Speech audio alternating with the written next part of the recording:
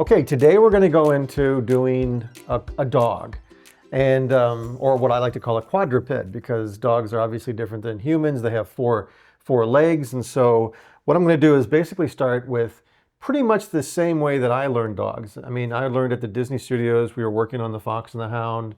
Actually, before that, we worked on a film called The Small One, and we had Mark Davis, who was one of the preeminent animators from Disney at the time, come in and sort of give us an approach to how to see or how to understand dogs, because a lot of times with the fur and with everything else and the tail and the way everything works, you can get really confused. So let me get into this right away, and I'm going to start to show you basically how, on an overall approach, we start to look at a quadruped or a dog. Basically, you start off, you have to sort of have the connection here between where the head's going to be and where the tail's going to be.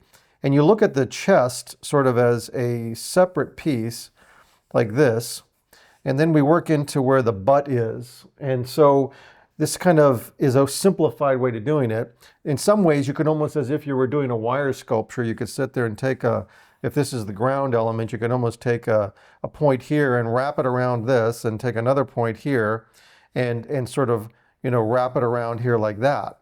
And there you would have, his right front and his left front and his right rear and his left rear.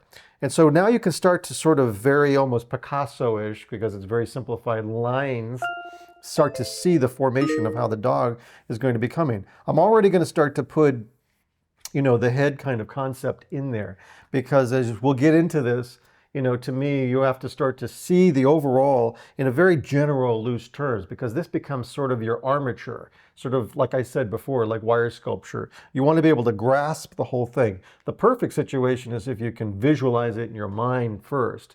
And that is always the best, because if you can kind of see it here, as Eric Larson used to tell me, you have to see it before you can draw it. Even if you're looking at a photograph or an image of something that you might take of your pet, or something that you see when you go to the zoo or just anywhere.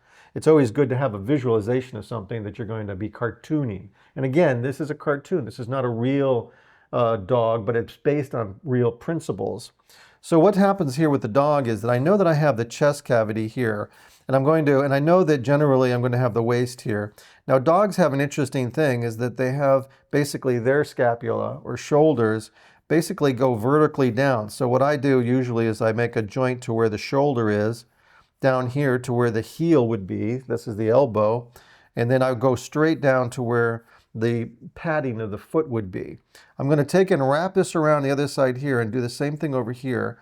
Pull this down and then have this come over here like this. So now that becomes, now I have the foot, this is where it's leading down to the foot. I'm just going to put a circle here so I can kind of see where I'm going. On the other side, you have the hip up here, and this is where it changes. And this is where people get a lot of times confused when you're dealing with quadrupeds, which are basically very difficult type of character to do, but we're going to be simplifying it.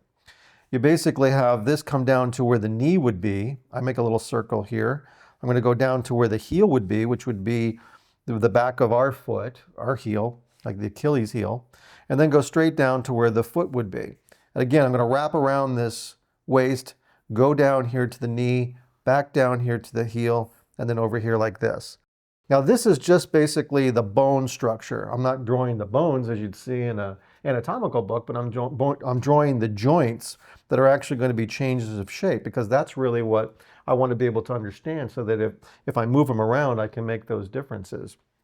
Now dogs have a tendency to be, if you look on the front here, if I sit there and draw a line here like this, the tendency is that they're very more vertical, because gravity is sort of pulling them down, the plumb line, so to speak, as they say when you're doing construction, is very vertical, whereas a human has a chest cavity that is much more sort of wide like this, and then going down to, the hips and like this in just the structure. And then you have your, your shoulders out here like that. It's very different with the dogs, because these bones here have a tendency to rest on the side, come down here like this into the heel point, and then go out, which is very hard to see in a front point. But you still have to have those joints. You have to have these points here that you're making references to, which is why it's also hard to draw some things in straight on if everything is just vertical. So a lot of times you want to push things to the side, which is what I'm doing here, in the version, in the 3/4 perspective is what I call this. Now I want to start to, basically I'm going to rough in where the eye line here. I'm going to sit there and just sort of create a really loose shape here that's going to fit in here like this and go up. And then I'm going to just give him some big floppy ears. I'll sort of just do something like this just so that I have basically a rough idea like that.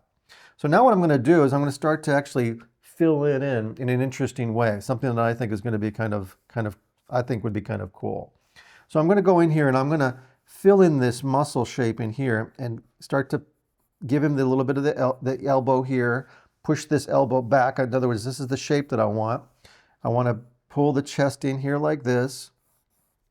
I'm going to take, and where, even though these are the joints, I know that there's muscles here, so I'm going to go over here and push the knee out here. I'm going to give him a little bit of a butt. So I want to push this shape around here. And again, remember, because I'm dealing with this 3/4 perspective, I'm sort of pushing things around. So now I'm going to do that.